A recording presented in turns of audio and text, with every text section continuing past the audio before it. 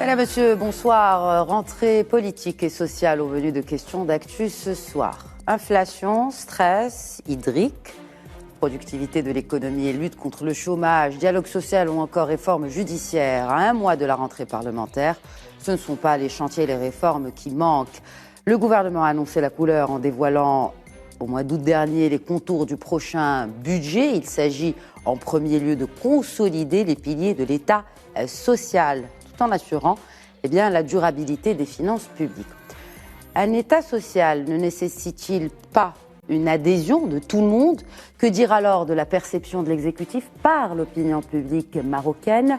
Le baromètre de confiance n'est pas au beau fixe, à en croire le récent rapport de l'Institut marocain d'analyse des politiques qui témoigne en tout cas d'une baisse de l'indice de confiance dans le gouvernement actuel qui aurait chuté de 26% en un an selon ce même rapport. Les partis politiques ne sont pas épargnés. Notez que seuls 2% des citoyens sondés leur font aujourd'hui confiance. Donc rentrée politique sous le signe de la perte de confiance dans les institutions politiques en l'occurrence, toute obédience confondue d'ailleurs. Pourquoi ? Nous profitons de la rentrée pour leur poser la question. Par souci d'équité, nous avons contacté les trois partis de la majorité, mais un seul et unique est finalement représenté sur le plateau ce soir. Ce n'est pas à défaut d'avoir essayé d'avoir en tout cas un plateau équitable, mais cela ne dépend pas de nous malheureusement. En tout cas, pour représenter la coalition gouvernementale, nous avons avec nous le membre du bureau politique du PAM, Younes Ma'ammar. Bonsoir. Bonsoir madame, bonsoir à mes amis et bonsoir à nos téléspectateurs. Bienvenue à vous sur ce plateau. Merci. Le mouvement populaire est représenté ce soir par Rachid Boufous, membre de son conseil national. Bonsoir Rachid Boufous et bienvenue à vous également. Bonsoir et merci pour l'invitation. Marhaba. Et pour représenter le PPS, son membre du bureau politique, Abdelwahid Souhail. Bonsoir Abdelwahid Souhail et bienvenue à vous également. Bonsoir, merci pour votre invitation et puis je salue mes amis ici présents et vos téléspectateurs. Marhaba. 2 ans après le dernier rendez-vous électoral, nous nous retrouvons avec cet indice de confiance qui s'effrite. Pourquoi les Marocains font moins confiance dans les institutions politiques, messieurs? Je commencerai peut-être par vous, Younes Ma'ammar. Alors je pense que ça c'est une tendance assez mondiale, n'est-ce pas? Exacerbée par les réseaux sociaux et par la dictature de l'instant, où les institutions traditionnelles, les institutions politiques en l'occurrence, et même les institutions de gouvernance traditionnelles, se retrouvent un peu discréditées et parfois mis sous l'accusation de tous les maux. À tort? Sans doute en part à tort et sans doute en part à raison. En tout cas, ce qui est sûr, c'est que pour mener des réformes réelles et résilientes, ça passe nécessairement par des passages un peu difficiles. Très bien, nous allons y venir. Un commentaire, Rachid Boufous. En 2022, 33% des Marocains avaient confiance dans les partis politiques. En 2023, ce chiffre est tombé à un maigre 2%. Mécontentement généralisé à l'égard de la classe politique. Alors, juste un petit mot sur cet institut qui a dévoilé justement ce sondage. Il s'agit d'un institut de recherche indépendante à but non lucratif. Un commentaire, Rachid Boufous, sur ce chiffre de 2% seulement qui ont confiance envers les partis politiques. Par expérience, je me méfie beaucoup des sondages parce que j'ai lu comme vous cet article paru dans le journal tel quel. Il fallait peut-être. Ça a été repris par d'autres confrères aussi. Sauf que dans ces articles, on ne dit pas le chiffre déjà des personnes sondées, des catégories sociales qu'ils représentent, etc. La quote-part du rural, de l'urbain, des privés, du public, etc. Donc c'est assez. C'est sujet à caution. Moi, je dirais toujours est-il que. Dans le même sondage, si j'ai bien compris sur l'étude, on relate surtout que 80% des personnes interrogées avaient un manque de connaissance de la politique et des partis politiques. Donc je pense que quand même, ça rééquilibre le tout. Ça veut dire que les gens, il y a un manque de communication de la part des partis politiques. C'est aussi notre responsabilité d'aller vers les gens, de leur expliquer ce que nous faisons, que forcément, il n'y a pas que du mauvais en politique, il n'y a pas que des brebis galeuses en politique. Nous sommes l'image de la société marocaine que nous représentons. Et je pense qu'il faut mettre un bémol sur ce genre de sondage. sondages tant qu'on n'a pas eu une vue d'ensemble sur le Maroc. Mais toujours est-il qu'il y a effectivement une crise, il y a une crise de confiance. Je ne pense pas que ce soit dans des proportions aussi alarmantes que cela, parce que les gens quand même s'intéressent à la politique, ne serait-ce que voir l'audimat des retransmissions, des émissions au Parlement, etc. Les gens suivent, s'intéressent à la politique. Et peut-être que les partis politiques devraient aller vers les gens, vers l'opinion publique, pour expliquer vraiment ce qu'ils font, hein, tout parti politique confondu. Et aussi, c'est le rôle aussi des médias de nous offrir aussi la possibilité de venir débattre, de venir exposer nos idées, de venir aussi dans un échange avec le gouvernement.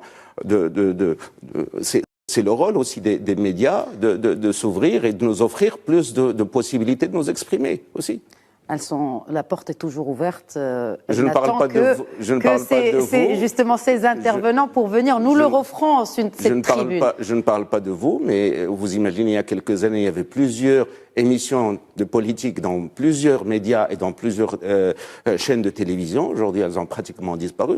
Vous êtes pratiquement les seuls à faire ce genre de débat. C'est tout à votre honneur. Vous faites bien de le dire parce que nous avons prévu à cette rentrée une nouvelle émission avec ce Daïf al-Usbou' qui sera certainement brillamment animé par mon collègue Naoufal El-Awamla. C'est tous les dimanches à 21h sur Média TV. Et d'ailleurs, l'ouverture sera avec Siwahbi, votre secrétaire général au sein du PAM, et aussi notre ministre de la Justice. Et ça commence ce dimanche, donc 10 septembre à 21h. Ne ratez surtout pas ce rendez-vous. Alors, bien sûr, je voudrais avoir aussi le point de vue du PPS. Pourquoi cette crise de confiance, comme l'a si bien défini Rachid Boufous, pourquoi cette crise de confiance en cette classe politique marocaine?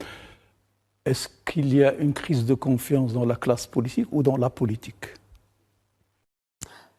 Et la crise de confiance dans la politique se manifeste à travers la participation aux élections, la manière avec laquelle se passent ces élections, le type d'élus que nous avons, la manière avec laquelle ils sont élus, le spectacle qui est donné par les différents intervenants sur le champ politique.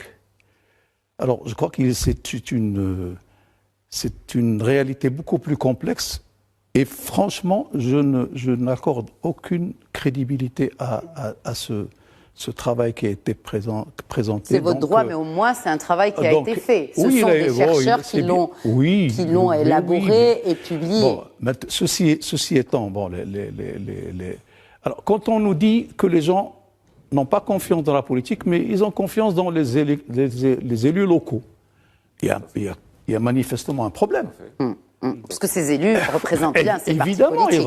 ils disent Mais c'est peut-être un parce qu'il y a un problème de proximité aussi. Voilà, c'est cela. Voilà, c'est un problème, quand même un niveau d'éducation, de formation, de conscience politique de notre société.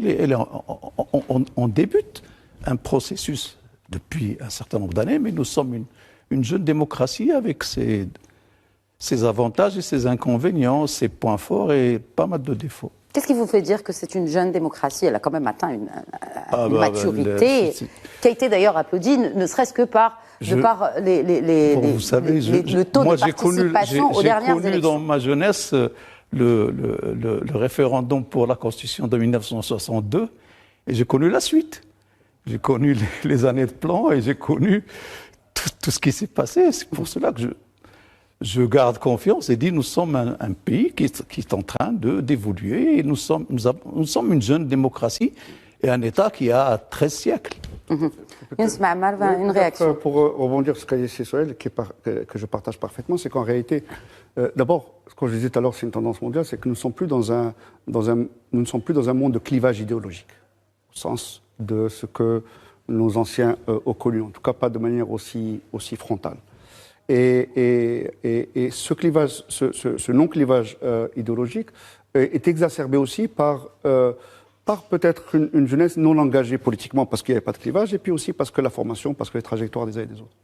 il y a aussi un travail à faire pour les partis politiques, en effet. Parce que finalement, la meilleure façon de pouvoir œuvrer pour la cité, œuvrer pour son économie, améliorer son niveau de vie, améliorer sa chose au sein de sa société, c'est par les vecteurs politiques, par les institutions politiques, par la société civile, et non pas par les chimères d'autres vecteurs qui, eux, tombent très rapidement. Et c'est ça qu'il faut être vigilant. Et je suis vraiment reconnaissant sur le fait que des médias professionnels puissent aussi résister à l'espèce de tsunami comme je disais tout à l'heure, des doxas des réseaux sociaux, des doxas de tout qui fait que on est passé du fast-food, on arrive au fast-news, et parfois, l'élément du temps n'est pas le même dans la vraie réforme résiliente que dans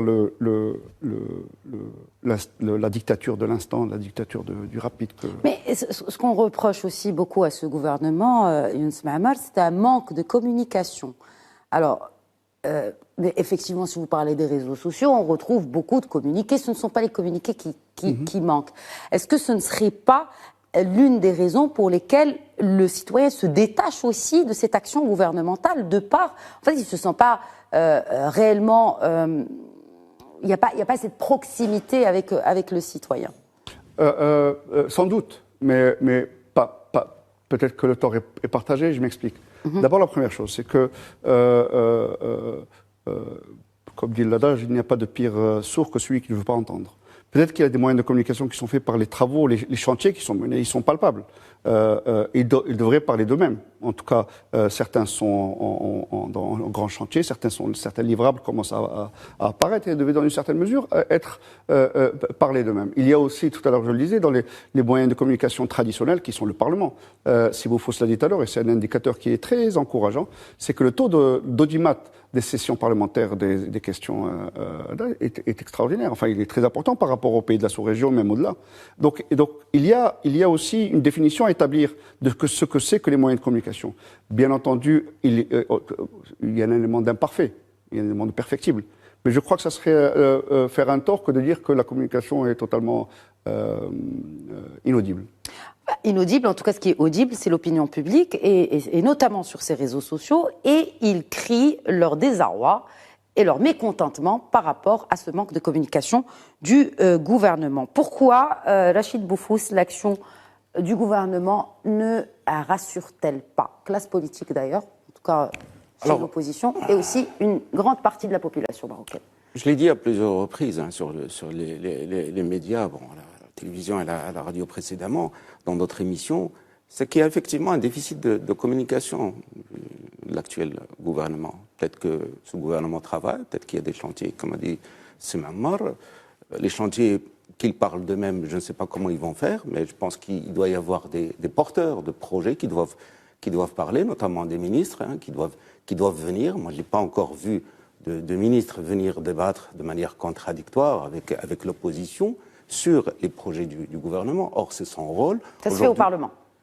Oui, mais aussi devant les médias aussi. On doit éclairer ce qui se dit au Parlement. On peut peut-être le développer plus en contact direct avec la population dans ce genre d'émission. Si les ministres du gouvernement, si Aziz Arnouch, daignaient venir accepter de débattre avec l'opposition. De toutes les façons, on n'est pas là pour leur taper dessus, c'est pas ça l'objet de l'exercice, mais juste d'éclairer l'opinion publique. Peut-être que nous avons tort, peut-être, mais il faut que le gouvernement vienne s'expliquer, vienne nous dire effectivement qu'il fait de grandes choses, qu'il a lancé de grands chantiers, etc. Toujours est-il que nous, dans l'opposition, nous restons encore sur notre faim, nous ne voyons pas beaucoup de choses. Un slogan qui disait vous préférez mieux, à l'adresse de la population lors des dernières élections. Moi, je pense que vous méritez mieux, c'est ça, c'est plutôt ça. Moi, je pense qu'on est toujours sur cet adage, on mérite mieux. On n'a pas encore de répondants, on n'a pas encore de membres du gouvernement qui viennent nous dire oui, vous avez fait le bon choix, les Marocains ont fait le bon choix, effectivement, nous avons fait beaucoup de chantiers, voilà ce que nous avons fait. Alors, ce problème de communication, effectivement, fait que les gens, aujourd'hui, ont une perception négative du gouvernement, que je partage aussi, parce que du moment que le Premier ministre lui-même ne communique pas, tous les autres ministres ne communiquent pas, ne viennent pas débattre de l'action gouvernementale, peut-être qu'ils nous snobent, hein, peut-être qu'on n'est pas à leur hauteur, hein, qu'ils préfèrent le Parlement aux élus du royaume, mais toujours est-il que c'est leur devoir, encore une fois, pourquoi ils ont été élus, pourquoi ils sont au gouvernement, c'est pour travailler sur un programme qu'ils ont porté, mais aussi pour l'expliquer, pour l'expliciter, pour convaincre aussi. S'ils ne veulent pas convaincre, ça c'est autre chose. Alors, justement, convaincre, peut-être. Alors, peut-être qu'ils se suffisent à eux-mêmes. Hein. Pour le mouvement Ils n'ont populaire. pas besoin de nous. Voilà. On va en parler quand on va parler du bilan législatif et des lois, et justement des propositions de loi. Mais pour le mouvement populaire, de la voix de son secrétaire général, le gouvernement reporterait les dossiers prioritaires. Quelles seraient les priorités alors, si ce ne sont pas celles-ci auxquelles justement s'attaque ce gouvernement, Rachid Boufous? Je ne sais pas, il y a beaucoup de problèmes qui sont posés sur la table aujourd'hui.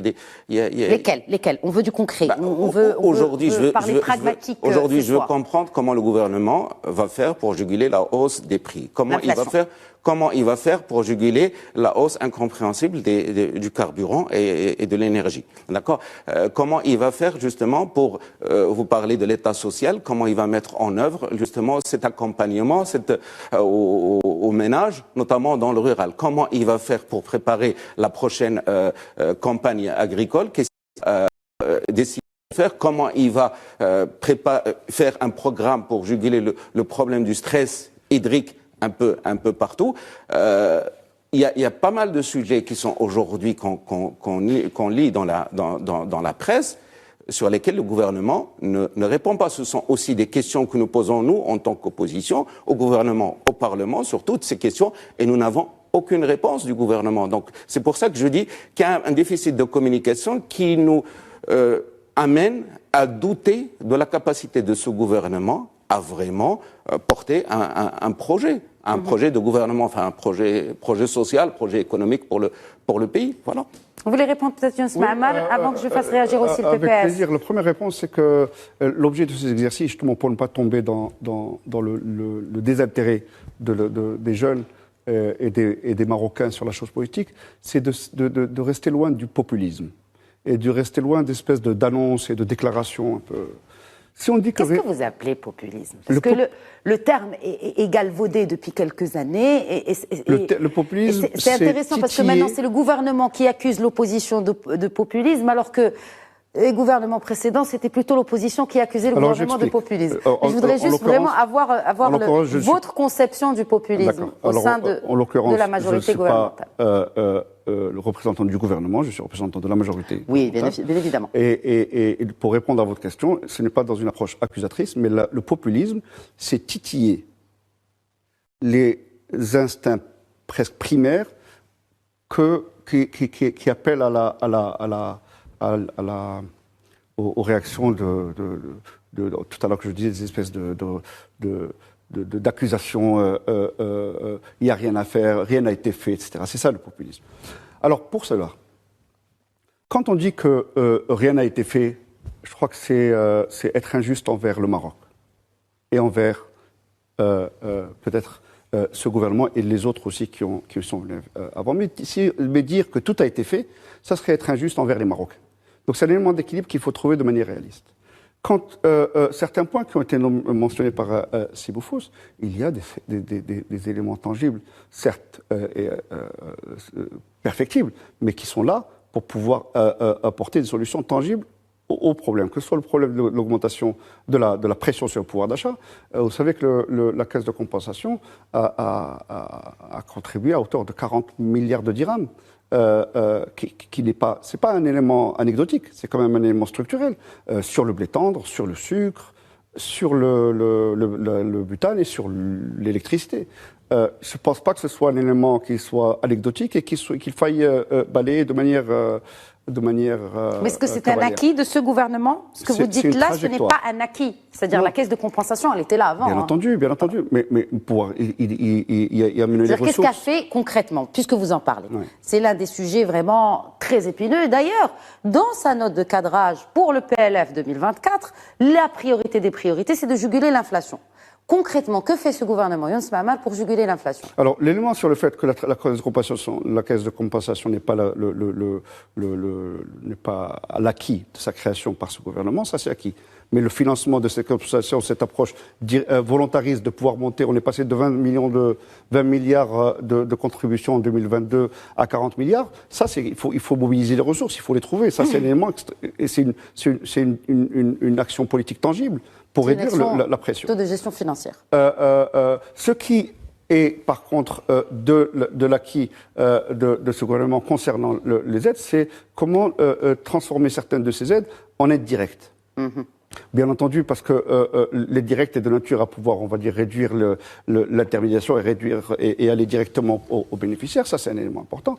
Et puis, aussi, pour pouvoir juguler l'inflation, oui, il y a deux éléments dans l'inflation. Il y a l'inflation exogène et une inflation endogène. Et il faut travailler sur l'inflation endogène parce qu'elle représente des éléments qui sont de nature à être résorbés, résorbables. Maintenant, ce qui est important dans ce genre d'exercice, c'est le suivant. Vous savez,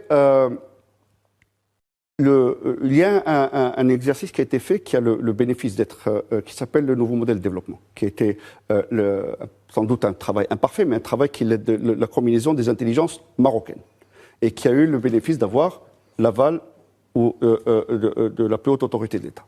Et ce document a identifié, diagnostiqué, si vous voulez, quel est le mal ou qu'est-ce qui représente en soi le mal du pays pour son décollage économique et socio-économique. Ça s'appelle la rente.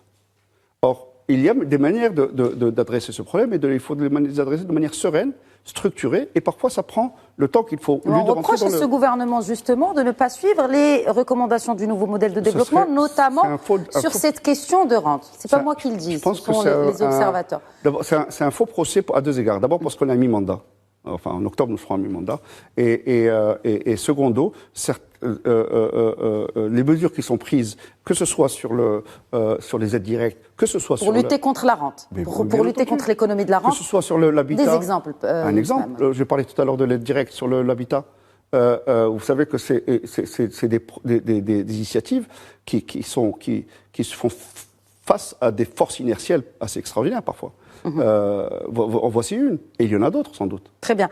Alors, je fais réagir Abdelwahid Souheil peut-être sur ces priorités définies. Et rappelons-le d'ailleurs, je crois que la priorité des priorités qui a été définie par Sa Majesté le Roi Mohammed VI dans son discours du trône, c'est le sérieux. Bon, alors, je pense que nous sommes face à un gouvernement qui est, j'allais dire, un autiste, qui est là, qui a sa majorité dans les villes, qui a sa majorité dans ces régions, qui n'éprouve pas le besoin de discuter, n'éprouve pas le besoin de venir convaincre, n'éprouve pas le besoin de confronter ses opinions. Alors, avant que ce gouvernement ne voie le jour, on a eu un débat sur le nouveau modèle économique. Et on avait, pendant un certain temps, c'était une initiative royale, on a travaillé sur quel serait ce cadre sur lequel nous allons travailler pour sortir le Maroc de la situation où il se trouve. Et donc il y a eu un débat de fond avec la participation des forces politiques, sociales et de tous les intéressés. Et il y a eu un rendu. Eh bien, ce rendu parlait d'une croissance économique de 7%. Il parlait de transformations très importantes. Il avançait un certain nombre de chantiers. Un des ministres de ce gouvernement qui gérait un petit peu cette commission qui avait été désignée par Sa Majesté le Roi est membre de ce gouvernement. Mais taux de croissance, première année, moins de 3%, et on nous parle pour cette année de 3,1 ou 3,2%. Oui, mais bon, c'est pas pour défendre le gouvernement, mais la Covid est passée par là, quand même. La Covid est passée par là avant, et dans les années de Covid, on a fait une croissance négative une année, et on a fait une croissance très importante l'année qui a suivi. Donc tout ça, c'est des données tout à fait établies qui sont faites par le HCP, qui est tout à fait crédible à ce niveau-là. Naturellement. Donc, apparemment, ce gouvernement estime qu'il n'a pas besoin de dialoguer, il n'a pas besoin de convaincre. La preuve aujourd'hui, bon, le parti du chef de ce gouvernement n'est pas présent à ce débat. Nous avons contacté, je le rappelle. Je sais que vous l'avez contacté, mais c'est un problème. C'est un gros problème qu'on ne puisse pas venir débattre en toute intelligence et en toute amitié de ce qu'il y a lieu de faire. C'est notre pays à nous tous. Donc, est-ce que vous voyez des points communs dans les priorités pour lesquels chaque parti, que ce soit de l'opposition ou de la coalition gouvernementale, milite? On parle de l'inflation. Nous avons saisi, oui, au moment où il y a eu la crise très importante qu'a connue le pays et où les prix ont flambé, l'inflation a repris des proportions énormes, elle continue d'ailleurs. Et on avait demandé au chef, on avait écrit directement au chef du gouvernement, en tant que chef du gouvernement, on l'a saisi pour lui demander d'apporter un certain nombre de mesures pour soulager, pour les couches populaires qui souffrent de cette situation. Il a estimé qu'il n'avait pas à répondre. Et on a eu comme réponse, une réponse de son parti qui nous accusait de crime de lèse-majesté parce qu'on s'est adressé à une institution, chef du gouvernement. Il est chef du gouvernement, il n'est pas chef de parti. On lui dit, monsieur, vous avez un gouvernement, nous pensons que vous devez essayer de revoir. Est-ce que vous avez émis des propositions de loi dans ce sens? Absolument. Nous avons, alors, je peux vous dire que vous pouvez faire toutes les propositions de loi que vous voulez, eh bien, il n'y a aucune proposition de loi de l'opposition qui est passée. Et encore plus, qui très souvent n'est pas étudiée. Et si jamais vous vous amusez à envoyer vos journalistes enquêter, vous allez voir le nombre impressionnant de propositions de loi de l'opposition qui sont là, qui ne font l'objet d'aucune étude. Donc il y a un problème qui est celui de comment allons-nous gérer ce pays en crise. Évidemment, le gouvernement est tout ce qu'il y a de plus légitime. Il est là parce qu'il y a eu un vote, parce qu'on est en train de construire une démocratie dans ce pays. Il y a eu un vote, il y a eu un désaveu aussi des partis qui étaient avant au pouvoir. Oui, mais lui, le chef du gouvernement, il était dans toutes ces expériences gouvernementales. Il y a un gros problème. Hein? Il n'y a qu'eux qui n'ont jamais été au gouvernement. Oui. Mais tous les autres, ils ont été pendant toute cette période. Donc, qui a fait quoi et qui condamne qui? L'idée, c'est que pour rebondir sur ce qu'a dit Sissouel, si l'autisme était la résultante du choix des urnes, je prends ça pour un compliment. Cela dit, la communication doit être maintenue et c'est un élément important, y compris que ce soit dans le cadre institutionnel, c'est-à-dire les parlements, et au-delà. Je pense que le dialogue entre gens, parce que nous avons tous un dénominateur commun. Est-ce qu'on ne peut pas parler d'état social? Attends, j'arrive. Oui, pardon, parce qu'on parle de la rentrée. Finalement, oui. Les trois pierres angulaires de la rentrée sont les suivantes. Sont le pouvoir d'achat.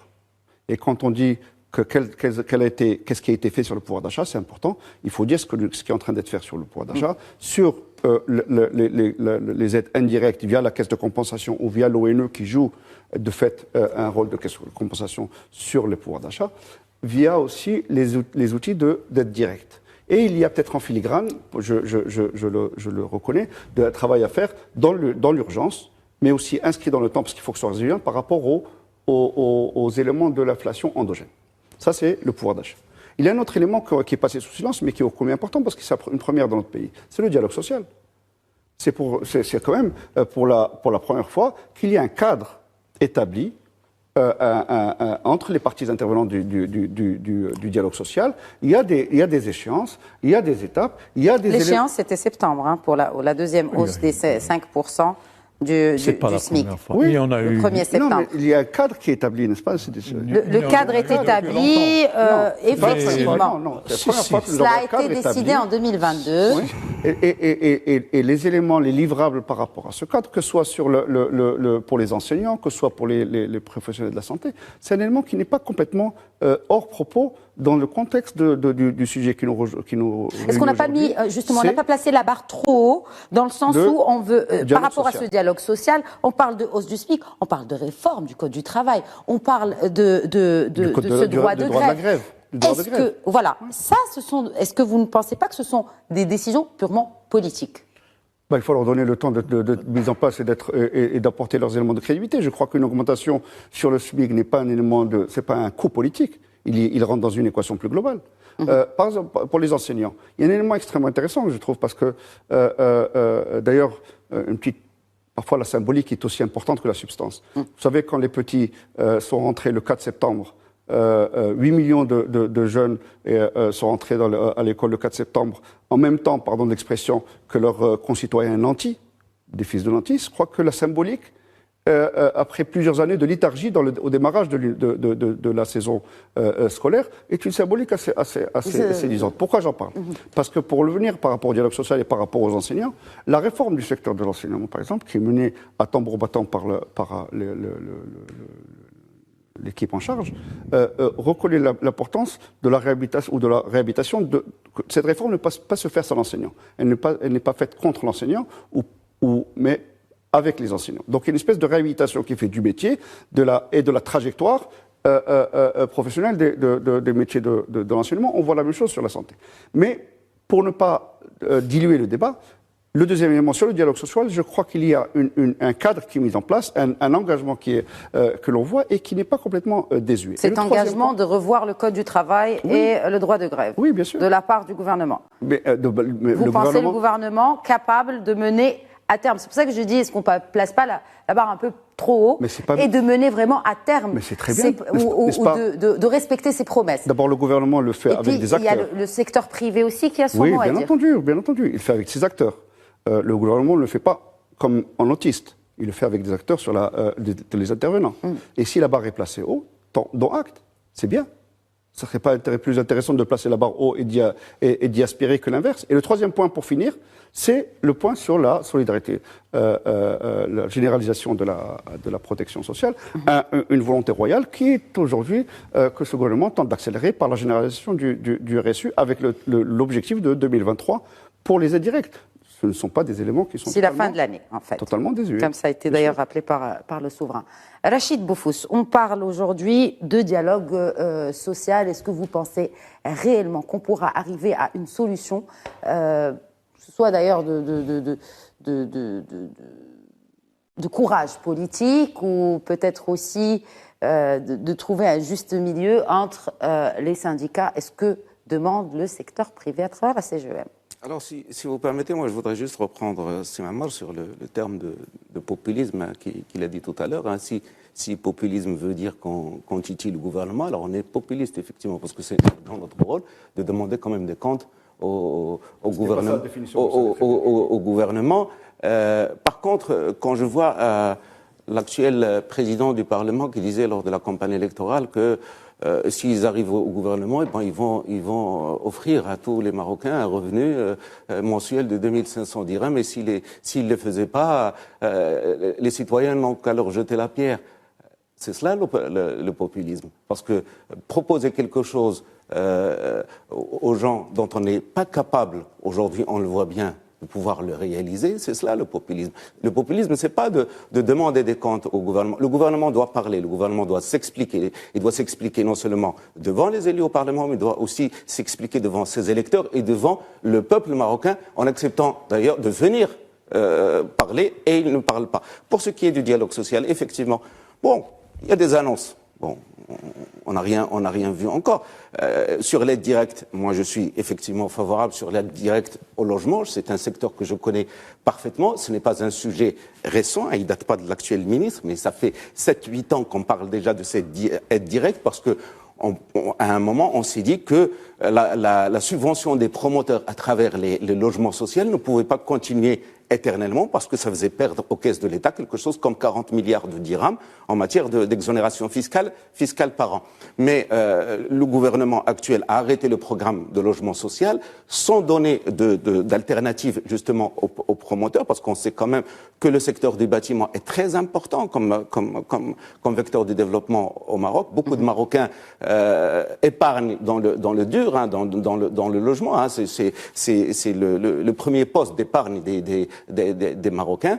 Et donc, comme il n'y a pas d'alternative, on sort une discussion que nous avions avec les anciens ministres de l'Habitat sur les directs. Aujourd'hui, la ministre le dit, ça ne sort pas, il n'y a pas encore de décret enfin, la faisabilité et aussi le financement. Je ne sais pas d'où ils vont sortir l'argent, alors qu'il aurait peut-être fallu subventionner le crédit à l'acquisition, au primo-accédant. C'est prévu. Ça a été annoncé par le gouvernement. On l'a dit. C'est prévu. On l'a dit à plusieurs reprises. On l'a dit il y a longtemps sur le registre social universel. On l'a sorti la première fois. D'ailleurs, j'ai été parmi les premiers à le défendre pour sortir un registre pour les bidonvillois, parce qu'on a des problèmes aujourd'hui. Les gens, on leur donne des lots, ils les revendent, ils vont s'inscrire ailleurs. Donc, il faut absolument qu'il y ait une traçabilité des acquéreurs.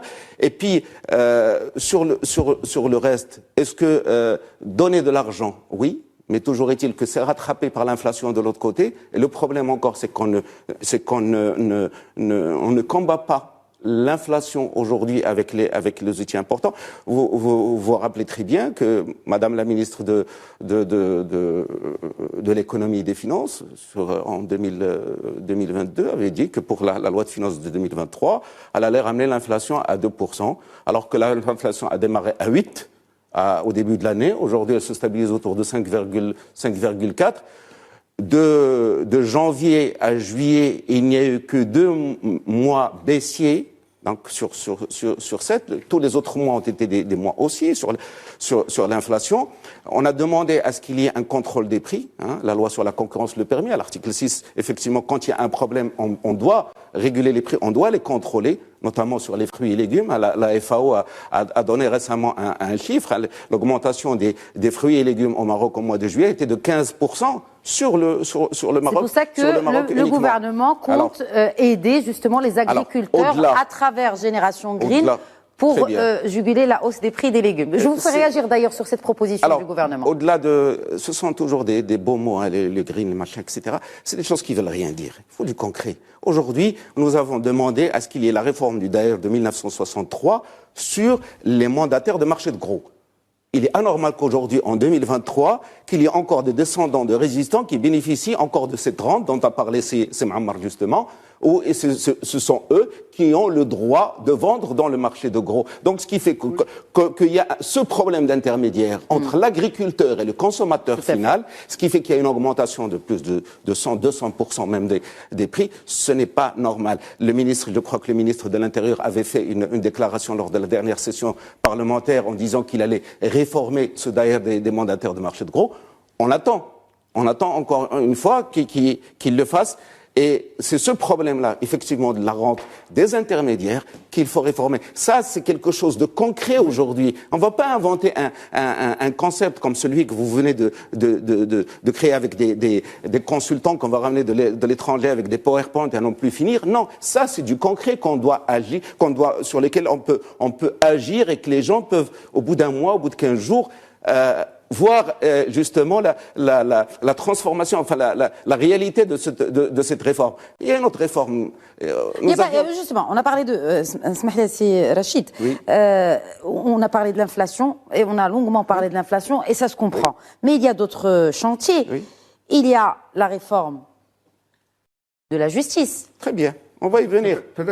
On va y venir. Là, c'est Mouammar. On va y venir sur cette réforme. Ce serait bien parce qu'il me reste 15 minutes dans le temps de l'émission. Sur cette réforme de la justice aujourd'hui, il y a eu un communiqué pour la première fois de la délégation générale de l'administration pénitentiaire qui a dit qu'il y avait plus de 100 000 détenus au Maroc pour 64 000 places. C'est-à-dire qu'il y a 44 000 détenus en trop dans les prisons. C'est-à-dire que on va assister à ce que nous avons assisté dans les années 90. Moi, je suis architecte, j'ai construit plusieurs prisons.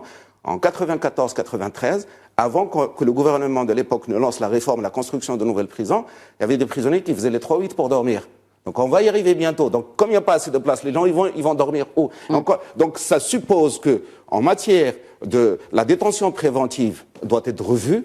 D'accord? Il doit y avoir un cautionnement, il doit y avoir des bracelets électroniques, il doit y avoir des choses. Et ça, c'est le travail du ministre de la Justice, de sortir justement cette réforme du code pénal et du code de procédure pénale. Ça ne date pas de ce gouvernement, ça date du gouvernement de M. Ramid. On attend toujours, le ministre de la Justice fait des sorties dans la presse. Bon, c'est beaucoup plus... Là, oui, là, c'est du populisme, parce que les annonces qu'il fait, effectivement, c'est beaucoup plus du show et beaucoup plus du spectacle que de la réforme. Moi, on lui demande juste de se pencher sur cette réforme, d'accord, et de la faire.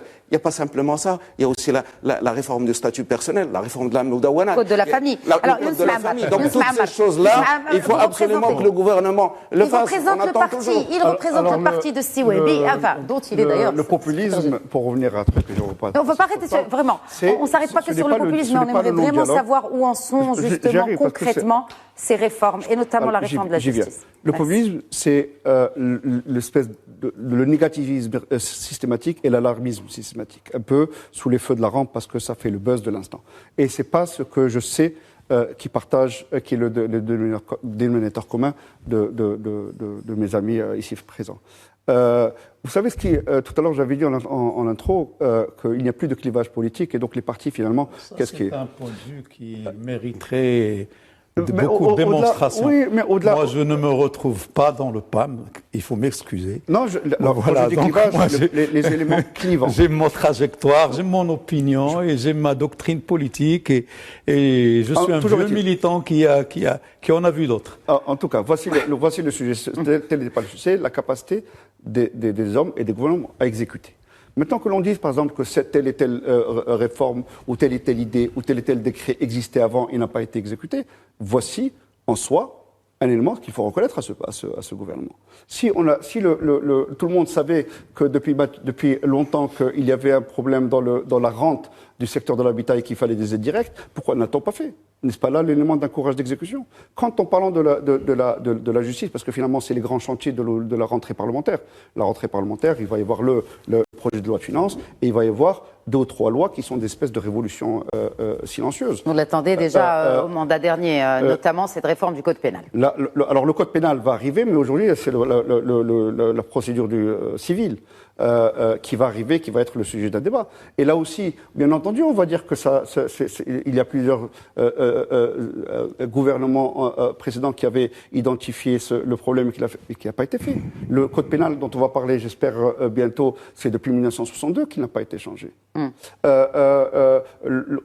fais on a fait des annonces concernant ce code pénal, donc du coup on fait un peu...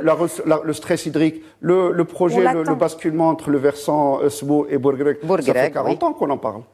Il a été exécuté par ce gouvernement. Donc c'est la capacité d'exécution qui distingue par rapport aux annonces. Et si il fallait passer plus de temps à annoncer qu'à réaliser, je pense que ce gouvernement fait pas mal. Il est perfectible, mais il fait pas mal. Alors, oui, peut-être quelque chose à ajouter, Sissouel. Je voudrais quand même qu'on puisse discuter au fond de ce que fait ce gouvernement. Parce que, bon, depuis tout à l'heure, nous en sommes un peu à aborder un certain nombre de problématiques qui ne vont pas au fond des choses. Ce qui se passe, c'est que le pays est en crise. Le niveau de développement du pays est faible. La pauvreté s'étend. La crise de la société est importante. Des secteurs économiques sont en crise. On a développé quelques-uns, mais le reste... Aujourd'hui, le prix des denrées alimentaires a atteint des proportions où de larges masses populaires sont exclues. On en a parlé tout à l'heure. Oui, mais c'est ça. Je pense que c'est ça ce qui intéresse les gens. C'est leur vie. Oui, bien sûr. C'est comment s'en sortir. Qu'est-ce qu'on fait pour eux? Alors, la crise des produits pétroliers est une veine pour ce gouvernement parce que ses recettes fiscales ont augmenté considérablement. Bien sûr. Et à aucun moment, ils n'ont pensé restituer une partie sous une forme ou sous une autre pour aider ceux qui ont souffert le plus de ces crises, pour bloquer il y a eu ces les 40 prix. milliards pour la caisse de compensation. Oui, mais il n'y a pas que ça. Pas que. Il y a le financement du RSU. Il n'y a pas que ça. Le RSU, le financement de il est sur le papier. La couverture généralisée. Il n'y a rien de palpable. Rien ne sort. Aujourd'hui, 2023. Oui, sur le papier, on est en train d'enregistrer les gens. Tout à fait. Il n'y a pas un centime qui a été dépensé. Il a été annoncé. À part le RAMED, qui va être repris par la CNSS, il y aura le reste, des aides directes. Il y aura. Mais bien sûr. Moi, j'ai lu la lettre de cadrage, je me la suis tapée aujourd'hui. Je me la suis tapée, la lettre de cadrage. Eh bien, on promet la Lune et on arrive à la fin, sur 3 pages, on dit aux gars, attention, n'allez plus dans les hôtels, ne dépensez plus beaucoup d'argent sur les réceptions, les voitures, regardez un petit peu ce qui se passe au niveau de l'essence. Il faudra se serrer la ceinture. Est-ce que c'est ça? Est-ce que c'est ça? C'est ça faire face à la crise? Est-ce que c'est ça? Est-ce que ce gouvernement qui a une majorité dans tout le pays, qui est tout puissant sur un plan démocratique, est-ce que c'est ça ce qu'il nous propose? Et on va attendre jusqu'à quand? Et en plus, ils ne viennent pas discuter. Ils ne prennent pas la peine de venir expliquer ce qu'ils font. Ils ne disent pas aux gens ce qu'ils veulent faire. Il est gentil, c'est Mamri pas bon. Il a la formation qu'il faut pour venir et discuter. Mais je vous assure que beaucoup de membres du gouvernement sont incapables de tenir un discours cohérent et d'expliquer ce qu'ils font. Et je crois qu'on devrait, à un moment ou à un autre, dire écoutez, ça ne marche pas, ça ne marche plus. Il faudrait qu'ils changent de manière de faire et qu'ils puissent revoir leur copie. Je pense que les manières sont toujours perfectibles. Mais c'est être injuste que de dire qu'il n'y a rien et qu'on vend la Lune. Encore une fois, l'annonce sur le déploiement ou le déblocage des aides directes par rapport à la protection sociale généralisée a été annoncé pour décembre 2023. Il faut un élément de confiance. Il y a le RSU, en effet, c'est un exercice... On revient à la confiance. C'est marrant parce qu'on a commencé ce débat avec cet élément de confiance. Les confiances, c'est un peu comme le cristal, mais il faut le préserver. Parce que dans le sens où s'il y a une brèche, elle reste et elle demeure. La confiance, c'est de dire quoi? C'est que finalement, au-delà de l'urgence de la rentrée, de la pression sur le pouvoir d'achat, la pression sur le dialogue social, la pression sur le besoin d'avoir une couverture sociale généralisée, il y a aussi des réformes structurelles. Le système judiciaire aussi, il ne faut pas l'oublier. Parce que c'est là, si on va parler de développement, si on va parler d'investissement, et cette charte de l'investissement, sans la réforme du code, ou en tout cas du système de justice, il n'y a pas de développement. Mais vous prêchez un converti. Mais aujourd'hui, par exemple, sur la justice, comme je disais, je parlais d'une révolution silencieuse. Ce sont des textes qui étaient dans un état léthargique pendant des décennies.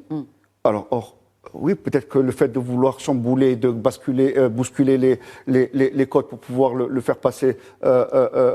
Parfois, peut-être que le dialogue, peut-être que, vous savez, il y a un maître qui me disait que nous, notre société au Maroc, nous ne sommes plus. Il a voulu être gentil. Il avait commencé par dire nous ne sommes pas, mais après il s'est retenu, il a dit nous ne sommes plus une société de débat. Il faut être en mesure d'être une société de débat sur des sujets sociétaux. Finalement, il y a l'urgence de la rentrée, mais il y a des éléments structurels, la redistribution, l'impact de la redistribution des richesses, que ce soit territoriale, sociale, rurale, urbain, qu'elle soit sociale. Ce sont des éléments qui vont pas, c'est des éléments qui sont structurels et qui ont besoin des solutions structurelles. Alors, l'enseignement, par exemple, l'enseignement supérieur a besoin de réformes structurelles. Alors qu'effectivement, la réforme a déjà commencé grâce au ministre de l'enseignement supérieur. La rentrée sur l'enseignement supérieur arrive. Enfin, on a eu la rentrée des lycées. La rentrée de l'enseignement supérieur arrive. Et elle va se faire, là aussi, sous un esprit de pôle. Et loin pardon de l'exprimer, il faudrait pas que ce soit le mot récurrent. Est-ce qu'il y a consensus, justement? Est-ce qu'il y a cet esprit de consensus au sein du corps enseignant et vous savez, parfois, pédagogique? C'est vraiment une question importante et je vous remercie. S'il y a consensus, sans doute non. Mais doit-on géré par le consensus lorsque parfois les intérêts ou les motivations sont divergentes. Par exemple, je donne un exemple, les pôles. Il y a pendant très longtemps la réflexion de dire non, on va faire des annexes universitaires je parle d'une région que je connais, on va en faire au lieu d'avoir un pôle universitaire à Oujda, on va faire une annexe à Bergame, on va faire une annexe à Tafouralt, on va faire mais souvent la motivation n'est pas une motivation de l'intérêt de l'enseignement supérieur et in fine de l'intérêt de l'enseignement. Donc il y a des intérêts personnels. Mais tout à l'heure, quand on parlait de ce que le dialogue, ce qui était repris, et je crois qu'on est d'accord sur le fait que notre économie, pour pouvoir décoller, a besoin d'adresser de manière sereine, mais ferme, la chose de la rente. Il y va dans d'autres secteurs où les réformes sont en train d'être menées, à tambour battant, peut-être dans le silence. Peut-être qu'on peut le reprendre dans le silence. On a besoin quand même de rassurer. On a besoin de regagner cette confiance.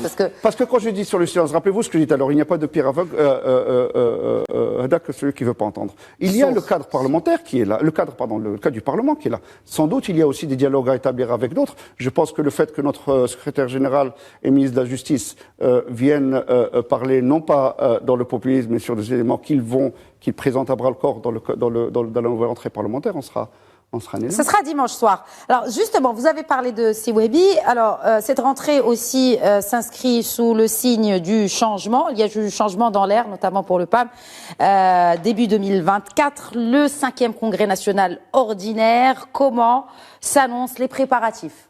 Alors le congrès arrive, c'est une étape solennelle d'un parti. Ce sera en février. Aujourd'hui, les commissions travaillent d'arrache-pied pour la préparation de ce congrès. Dans un esprit cordial. Cordial sans doute, c'est un esprit militant, j'espère. Militant, très bien. Et qui transcende les personnes. Et sans doute les personnages. Très bien, merci beaucoup en tout cas, messieurs. Il y a beaucoup de choses effectivement à encore débattre, mais ce ne sera pas la dernière, Rachid Boufous. Il y en aura d'autres. Et nous souhaitons avec sincèrement... le gouvernement de préférence, hein, quand même. Avec un membre du gouvernement, certainement, on le souhaite. Hein. En tout cas, encore une fois, je réitère mes invitations à travers cette émission aux membres du gouvernement. Et si ce ne sont pas eux qui sont présents sur le plateau de questions d'action, on connaît leurs agendas très chargés, ils peuvent au moins se faire remplacer ou représenter. Moi, je pensais que c'était un gouvernement sourd. Maintenant, je me rends compte qu'il est sourd-muet. Et aveugle aussi. Peut-être aussi. C'est Abdelouahid Souhail. Merci beaucoup. Merci, je rappelle. Merci beaucoup. Merci à vous également, Younes Ma'amar et Rachid Boufous. Merci à vous pour votre fidélité à la question d'actu. Très bonne soirée à tous.